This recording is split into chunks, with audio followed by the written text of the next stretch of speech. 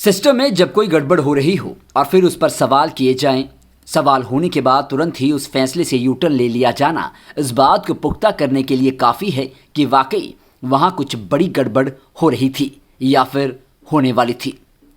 एक ऐसा ही मामला चंडीगढ़ से सामने आया है, जहां एक आईएएस अधिकारी अपने पद का दुरुपयोग करके पब्लिक मनी से अपने किसी खासम खास को फायदा पहुंचाने की फिराक में था, पर मामला सामने आने के बाद उनके अरमानों पर जैसे पानी फिर गया। आपको बताते हैं कि आखिर मामला क्या है। श्री जगतगुरु शंकराचार्य जी के नाम से एक फेसबुक पेज पर कई पोस्टर देखे गए, जिसमें टैगोर थिएटर चंडीगढ़ में 22 सितंबर को उनके कार्यक्रम के होने की बात लिखी गई थी।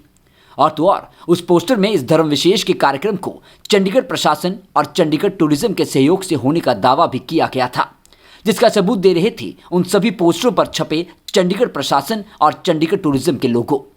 इन पोस्टरों पर दिए नंबरों में से जब एक नंबर पर आयोजन दल के नवनीत कौर जी से हमारी बात हुई, तो उन्होंने ये माना कि इस धर्म विशेष के धर्मगुरु के कार्यक्रम में चंडीगढ़ प्रशासन और चंडीगढ़ टूरिज्म उनका भरपूर सहयोग दे रहा है। अब यहाँ सवाल ये है कि नियमों के मुताबिक टैगोर थिएटर चंडीगढ़ में किसी भी राजनीतिक व धार्मिक कार्यक्रम का आयोजन नहीं किया जा सकता, और इसके बावजूद किसी विशेष धर्मगुरु को प्रमोट करने के लिए चंडीगढ़ प्रशासन और चंडीगढ़ टूरिज्म आखिर इतनी रुचि क्यों दिखा रहा है। ये जानने के लिए हमने बात की चंडीगढ़ टूरिज्म के डायरेक्टर आईएएस अधिकारी श्री रूपेश कुमार जी से। उन्होंने कहा कि चंडीगढ़ टूरिज्म की तरफ से सिर्फ टैगोर थिएटर चंडीगढ़ में बुकिंग करवाने में या तारीख दिलवाने में ही सहायता की गई है।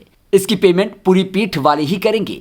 तो इस बात की पुष्टि करने के लिए हमने डायरेक्टर टैगोर थिएटर श्री चक्रेश जी से संपर्क किया, तो उन्होंने बताया कि इस धर्म विशेष के कार्यक्रम के लिए चंडीगढ़ टूरिज्म की तरफ से ही बुकिंग करवाई गई है और इसकी पेमेंट का भुगतान भी चंडीगढ़ टूरिज्म की तरफ से ही किया जाएगा।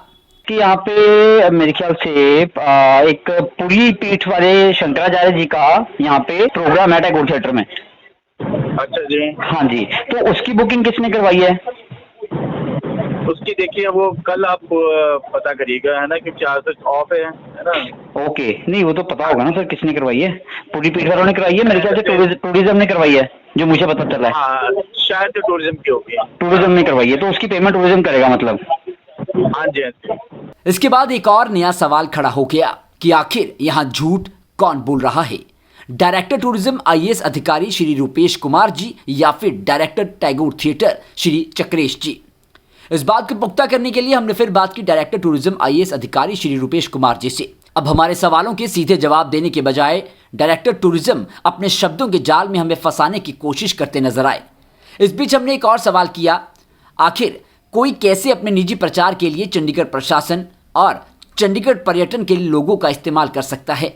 इसके जवाब में डायरेक्टर टूरिज्म ने कहा कि अगर कोई हमारे लोगों का इस्तेमाल करता है तो इसमें हमारी कोई गलती नहीं, हम नियम और कानून के हिसाब से ही काम करेंगे और जवाब भी देंगे।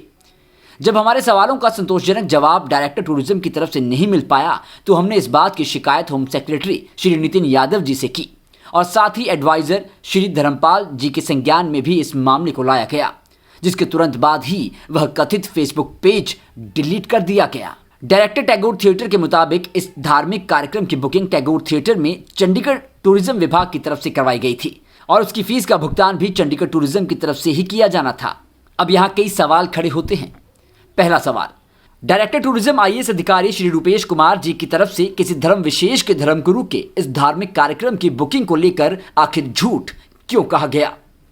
दूसरा सवाल, इस बारे में डायरेक्टर टूरिज्म आईएएस अधिकारी श्री रूपेश कुमार जी को सवाल होते ही आखिर उस धार्मिक संस्था की तरफ से अपने उस पेज को जिसमें चंडीगढ़ प्रशासन और चंडीगढ़ पर्यटन के लोगों का इस्तेमाल किया गया था, उसे फेसबुक से डिलीट क्यों कर दिया गया?